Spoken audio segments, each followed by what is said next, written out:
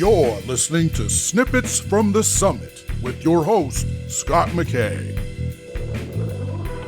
Oh, how's it going, gentlemen? This is your main man, Scott McKay, coming at you again with another Snippet from the Summit as part of the Mountaintop Podcast.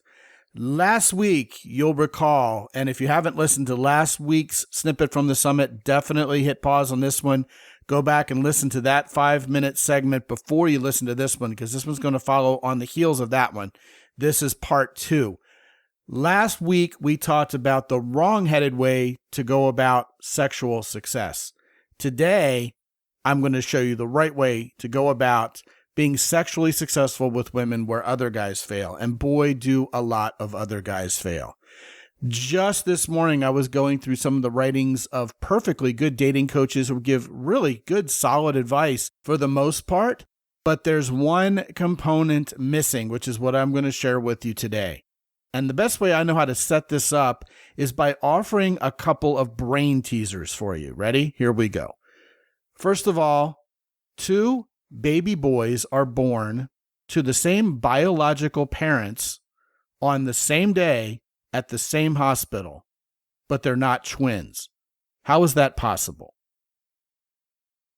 Well, you want to pause and think about it? Go for it. All right, welcome back. The answer is they're not twins because together they're 2/3 of triplets. Ah, see? Here's another one for you. 2 men play 5 games of checkers. Both men win an even number of games. How is that possible? Again, if you want to pause and think about it, go for it. And we're back. Here's the answer. They didn't play each other. So why am I giving you brain teasers when we're talking about sexual success with women? Well, here's why. I think most guys are stuck inside a box trying to figure out how to get women attracted to them and want to have sex with them when the answer is outside of the box, much like the answer to those 2 brain teasers I shared. Okay, so here's the typical thinking of men who are stuck inside this box in terms of how they're going about trying to get better with women. It's this.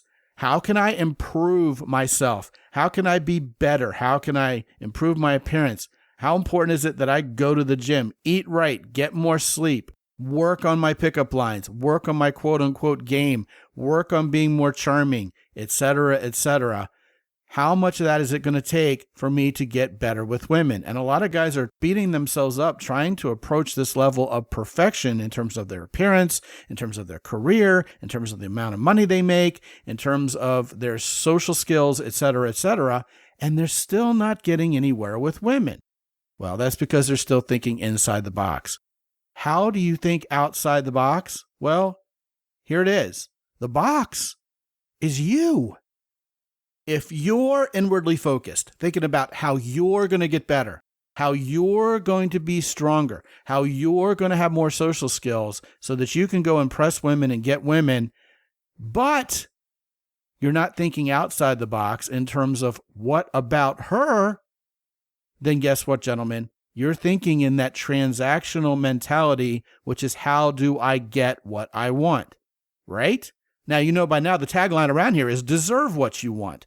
Well, that's a revolutionary concept because it involves someone else deciding that you're the right person for them, not just that single-sided notion of I want what I want and how do I get it? I mean, here it is once again. If 2 people are to be in a relationship, then you have 2 human beings there, both of whom want something out of that relationship. So how do you think outside the box? How do you gain sexual success with women? Listen, it's all right to want to have sex with women. It's perfectly okay to want to succeed with them. But the first thing you have to do is stop worrying about yourself because you're probably enough already. I mean, unless you're really deficient in hygiene, making no effort to be a better man at all, assuming you've made a reasonable effort to be the best version of yourself, it's going to be enough. And here's how you get somewhere with women. Instead of trying to impress them so much, care about them. Do the Dale Carnegie thing. I will say this once again. I've said it before, okay? How to Win Friends and Influence People is probably the best dating advice book of all time. And it's 88 years old this month, actually. Why? Because the way to win friends and influence people is to stop worrying about yourself, stop trying to get people to be impressed with how much you know and how cool you are, and to take an interest in them. Find out why they're cool. Talk about what's important to them. Guys, it works for your fellow men as well as it works for women. It's not a conversation. It's not a competition. You just talk to women, see how it goes. Take an interest in them. And here's the clue that we've talked about before. That's all important. You gotta like women. Now, here's the connection, however, that I'm not sure I've ever made before. The more you actually talk to women, the more you are going to like them, because you're not going to fear them as much, because they're not going to be such a mystery. You're going to know more about how they think, how they tick, and how they're not really all out trying to reject you, especially if you've taken an interest in them and you're trying to help them feel better about themselves.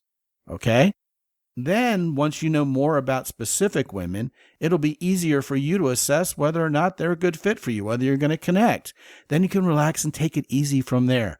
And gentlemen, when you like women and therefore take an interest in talking to them instead of just pushing your agenda all the time, and granted, some of us are doing this either unconsciously or because it's what we've been taught to do by well-meaning dating coaches out there. But when you actually take an interest in her, it'll put her in a safe, comfortable mode. Then you can say, you know what? I like you. You're the one I choose. And guess what, guys? Not only will you end up with women you like more and want more, who are your first choice, they're going to feel more comfortable with you. Therefore, they're going to feel more attracted to you because you chose them and you connected with them. Boom, the clothes fall off and sex happens. Want to talk about this or anything else? Scott at mountaintoppodcast.com. Be good out there. As always, visit mountaintoppodcast.com for more.